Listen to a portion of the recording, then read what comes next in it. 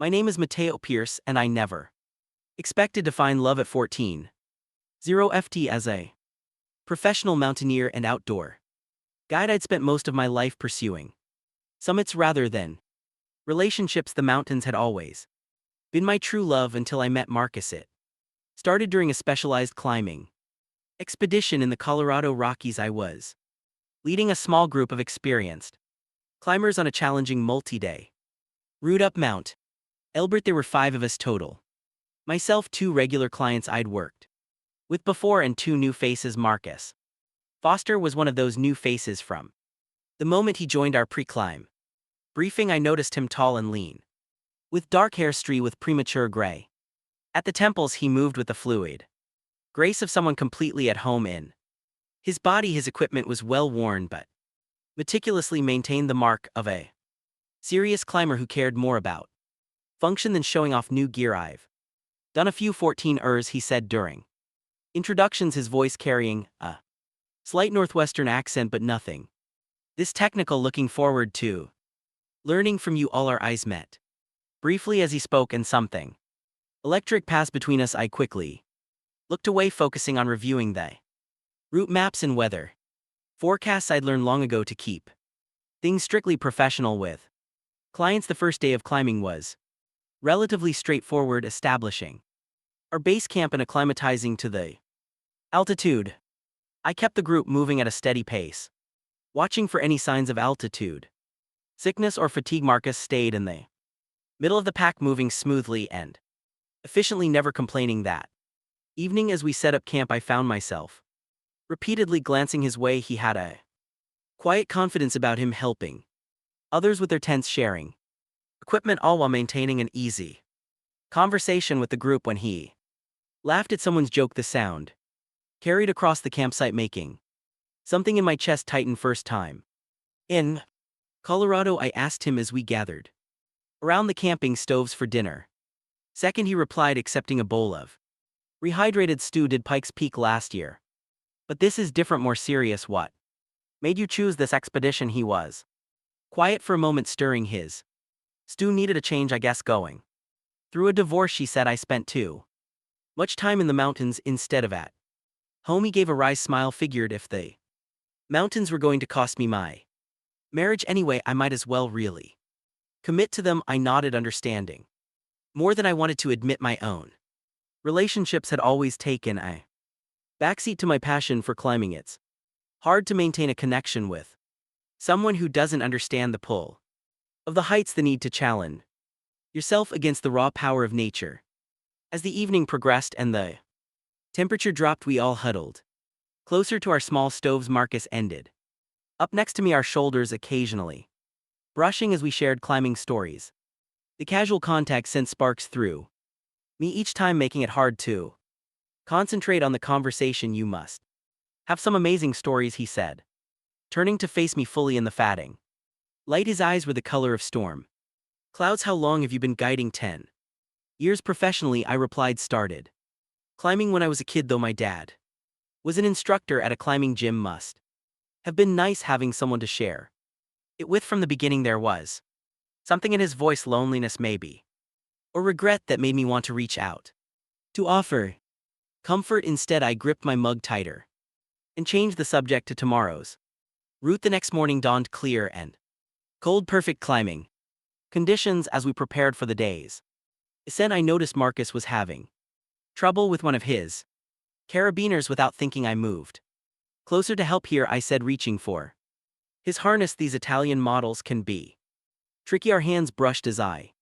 demonstrated the proper technique, and I felt that same electric current run through me. This close, I could smell his cologne mixing with the crisp mountain air. He watched my hands intently, and I found myself speaking more softly than necessary. Like this, I murmured, clicking the mechanism. Feel the difference? Yeah, he replied, equally quiet. Thanks. The moment stretched between us until someone called my name, breaking the spell. I stepped back, quickly took turning to address the rest of the group about our day's objectives. The climbing grew more technical as we ascended. We were roped together in 2 teams, with me leading the first group and Marcus directly behind me. Every time I glanced Back to check on the group, I found his eyes on me, steady and intense around. Midday we reached a particularly challenging section, a narrow ledge with a significant exposure the wind had picked up, adding an extra element of danger. One at a time I called back to the group. Watch your footing and stay clipped, and I went first, demonstrating the safest path. As Marcus followed, a sudden gust of wind caught him off balance. Without hesitation, I reached out, grabbing his arm and pulling him closer to the rock face. For a moment we were pressed together, his breath warm against my neck. "I've got you," I said softly, still holding his arm. "I know," he replied, and something in his tone made my heart race. We stayed like that for a few seconds longer than necessary before continuing the traverse. That evening at camp, the incident seemed to have shifted something between us. Marcus sat next to me during dinner again, but this time the casual touches felt deliberate, his knee against mine, his hand brushing my arm as he reached for something. After the others had retired to their tents, we stayed up, ostensibly to check weather reports for the next day. The moon was nearly full, casting everything in silver light. "Thank you," Marcus said suddenly. "Lie for earlier on the ledge, just doing my job," I replied, though we both knew it was more than that. "Is that all it was?" He turned to face me, his expression serious. "Because I've been feeling something between us. Tell me I'm not imagining it." My heart hammered in my chest. "Marcus, I'm your guide. It wouldn't be appropriate. We're both adults," he said quietly, "and after this expedition you won't be my guide anymore." Before I could respond, a noise from one of the tents made us both start. The moment broke in, we quickly said good night and retreated to our separate tents, but sleep was long in coming as I lay there thinking about the warmth in his eyes and the way my name sounded on his lips. The next day brought new challenges. We were approaching the most technical part of the climb, and I needed to stay focused, but I found my attention constantly drawn to Marcus, the graceful way he moved, the concentration on his face as he tackled difficult sections, the small smiles he sent my way when our eyes met. The weather began to deteriorate as we approached our next campsite. Dark clouds gathered above, and the wind carried the promise of snow. I made the decision to set up camp earlier than planned, not wanting to risk getting caught in a storm at a more exposed elevation. As we hurriedly set up our tents, the first snowflakes began to fall. Marcus and I worked together to secure the guide tent, which was larger and served as our communal shelter during bad weather. Our hands kept meeting as we worked, and each touch felt charged with unspoken tension. "Everyone in the guide tent," I called out as the snow intensified, "we need to wait this out and discuss our options." The five of us huddled inside, checking weather reports on our satellite devices. The storm was predicted to last through the night, but clear by morning. As we discussed contingency plans, I was acutely aware of Marcus sitting close beside me, our thighs pressed together in the cramped space. "We need to double up in the tents tonight," I announced. "The guide tent needs to stay clear for equipment and emergency use." I began assigning tent partners, my heart racing as I realized this would leave Marcus and me sharing a tent. The others seemed unfazed by the arrangements, more concerned with the weather and our climbing schedule. As we broke for dinner, eaten inside the guide tent due to the storm, I caught Marcus watching, eyeing me with a slight smile. The storm grew fiercer as night fell. Wind howled around our tents, and the temperature dropped significantly in our shared tent. Marcus and I lay in our sleeping bags closer than we'd ever been. "Cold?" he asked softly, his voice barely audible above the wind. "A bit," I admitted. There was a rustling sound, and then he was unzipping his sleeping bag. "These are rated for extreme cold. They can zip together." I knew I should refuse. It was crossing a line I'd carefully maintained throughout my guiding career, but the cold and the intimacy of the moment wore down my resistance. Soon we were cocooned together, sharing warmth. "Better," he whispered. "Marcus," I started, but he shifted slightly, bringing his face close to mine. "I know you feel it too, Mateo," he said quietly. "I see it in the way you look at me, the way you touch me when you think no one's watching." In the darkness of the tent, with the storm raging outside, it felt like we were in our own private world. I could barely make out his features, but I could feel his breath on my face, sense the intensity of his Gaze I can, I whispered even as I moved. Closer is not professional, forget. Professional. For a moment he said, what do you want? Instead of answering, I closed the distance between us, pressing my lips to his. The kiss was gentle at first, tentative, but quickly deepened as years of repressed longing surfaced. His hand came up to cut my face, thumb struck my cheek as our mouths moved together. When we finally broke apart, both breathing heavily, he rested his forehead against mine. I've wanted to do that since the first day, he confessed. We have to be careful, I said, though I couldn't bring myself to pull away the others. I know, he replied, pressing another soft kiss to my lips. But right now, in this moment, it's just us. Morning brought clear skies and a new complexity to our situation. As I emerged from the tent, trying to act normal, I caught one of the other climbers, Tom, giving us an odd look. My heart rate spiked, but I forced myself to focus on the day's preparations. The snow had transformed the landscape, making the climbing more challenging but breathtakingly beautiful. Ice crystals sparkled in the early morning sun as we began our ascent. I kept my interactions with Marcus strictly professional, though every time I had to adjust his rope or check his gear, the memory of last night's kisses made my hands tremble. Looking good, everyone, I called out as we navigated a particularly tricky section. Marcus, watch that outcropping to your left. He adjusted his position and our eyes met. Briefly, the intensity of his gaze nearly made me lose my footing. Around midday, we stopped for a break on a relatively wide ledge as the others ate and rested. Marcus approached me under the pretense of discussing the route. I can't stop thinking about last night, he murmured, standing close enough that our shoulders brushed me. Neither, I admitted quietly. But we need to focus on the climb. I know doesn't make it any easier, though. His hand briefly touched mine, hidden from the others by our bodies. Maybe we could talk more tonight. Before I could respond, Tom approached us, asking about the afternoon's rot. I quickly stepped away, pulling out the map and forcing myself to concentrate on the technical aspects of our climb. The afternoon brought new challenges. The fresh snow had made some sections treacherously slippery, requiring extra caution. I was hyper aware of Marcus behind me on the rope, knowing that his safety, all their safety, depended on my focus and judgment. We were traversing a steep section when I heard a shout. Looking back, I saw Marcus struggling to maintain his footing on an icy patch. Without thinking, I moved toward him, but Tom was closer and already reaching out to help. Thanks, Marcus said to Tom, regaining his balance. Our eyes met over Tom's shoulder, and I saw my own concern reflected in his gaze. That evening, setting up camp took longer than usual due to the snow. We were all exhausted, but the tension between Marcus and me seemed to crackle in the air. As we gathered for dinner, I noticed Tom watching us more closely than before.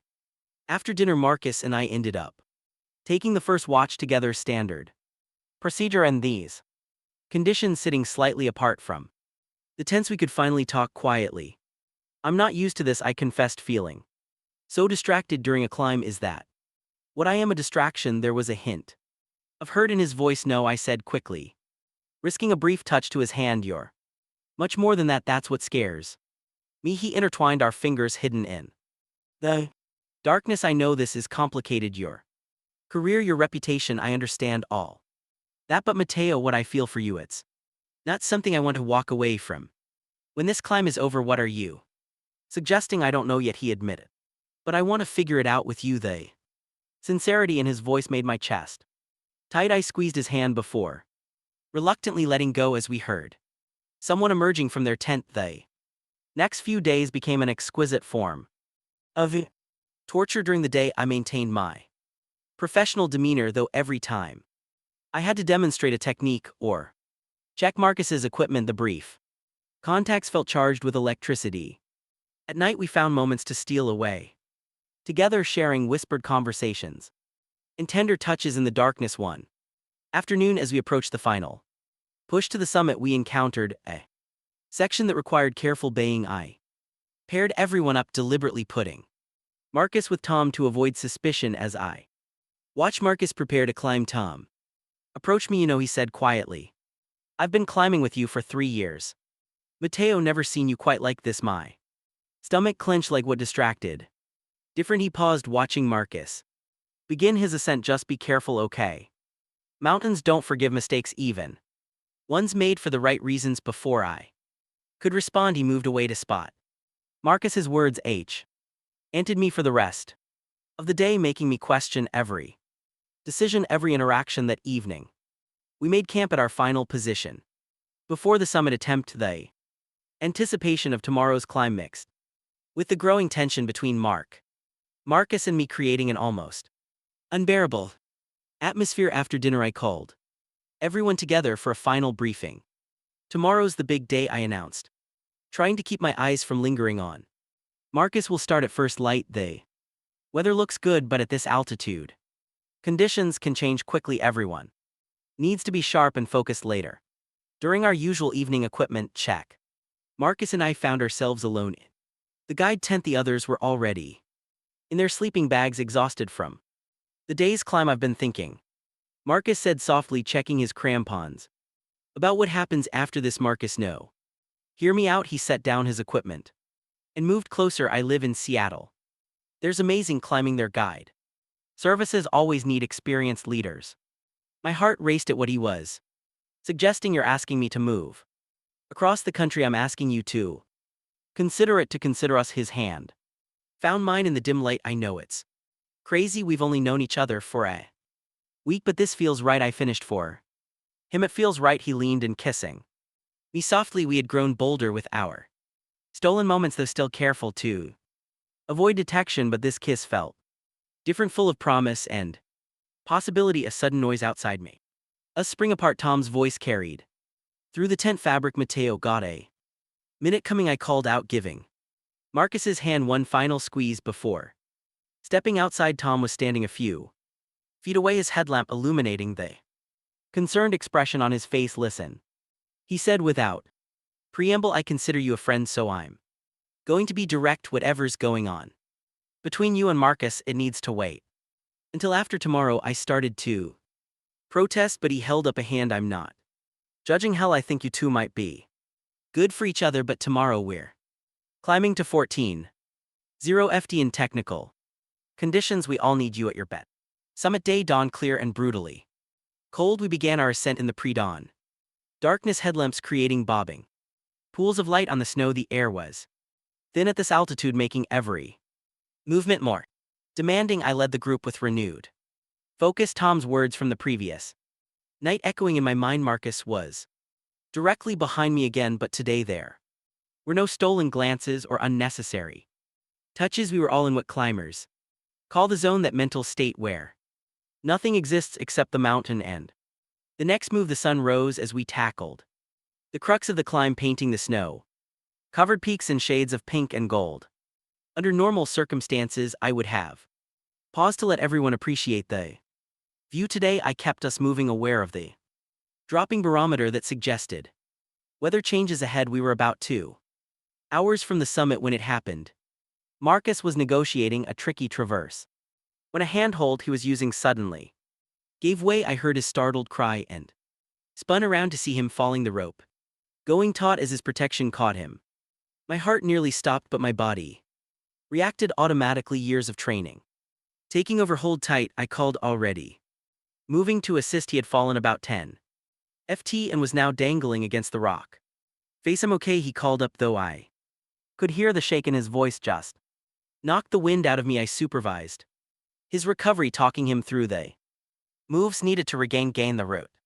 Inside I was trembling, but outwardly I maintained my professional calm. When he was safely back on stable ground, our eyes met briefly. The fear I saw in his matched my own. Everyone take 5, I announced, using the opportunity to check Marcus's equipment and assess him for injuries. My hands were steady as I examined his harness and anchor points, but my voice was low and intense. You scared the hell out of me. I'm really okay, he whispered back, though I wouldn't mind if you checked me over more thoroughly later. Despite the situation, I felt a smile tugging at my lips. His ability to joke told me he was truly all right, and some of my tension eased. The rest of the ascent passed without incident, though the close call had heightened everyone's focus. When we finally reached the summit, the sense of achievement was overwhelming. The view was spectacular.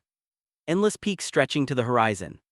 Under a perfect blue sky as was tradition, we took summit photos, and shared congratulatory hugs. When Marcus hugged me, it lasted a fraction longer than the others, and I felt him slip something into my pocket later. As the others were preparing for the descent, I pulled out what he had given me, a small piece of paper with an address written on it. Below it were the words, "My door is always open, your move."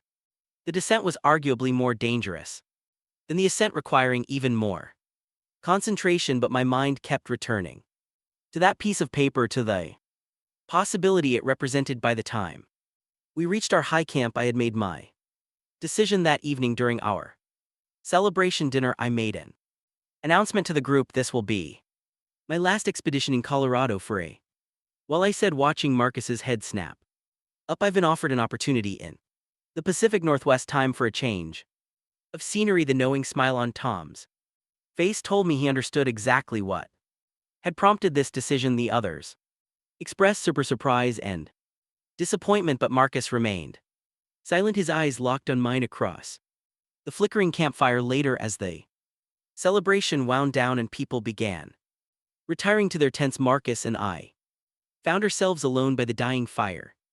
The stars above were brilliant, seeming close enough to touch at this altitude. "Did you mean it?" he asked quietly. "About the Pacific Northwest, I did." I moved closer, our shoulders touching. "I've been thinking about making a change for a while. This just gave me the push I needed." He turned to face me, his expression serious in the firelight. "I don't want you to feel pressured. What we have here, it could just be the mountain air, the intensity of the climb. Is that what you think it is?" "No," he said immediately. "For me, it's real, very real." I reached for his hand, no longer caring if anyone saw. "For me too, and yes, maybe the mountain brought us together, but what I feel for you, it's not going to disappear when we get back to sea level." His smile was brighter than the stars above us. "When do you think you might make this move?" "Give me a month to wrap things up here, find someone to take over my clients." I squeezed his hand, though I might need a place to stay while I look for an apartment. "What a coincidence," he grinned. "I happen to know someone with a spare room, great view of Mount Rainier." The next morning we began our final descent. The dynamic between us had shifted subtly, the tension replaced by a quiet certainty. Even Tom seemed more relaxed, though he still kept a watchful eye on us during technical sections. As we approached base camp, the reality of returning to the world below began to sink in. Soon we would be back in civilization, where everything was more complicated than the pure challenge of rock and ice, but somehow that didn't seem as daunting as it might have before. At the trailhead, as everyone was saying their goodbyes and exchanging contact information, Marcus pulled me aside. "I know we need to keep things professional until you're officially done here," he said softly, "but I want you to know I'll be counting the days." "So will I," I replied. "Just promise me one thing." "Anything?" "No more loose handholds," he laughed, the sound carrying across the parking lot.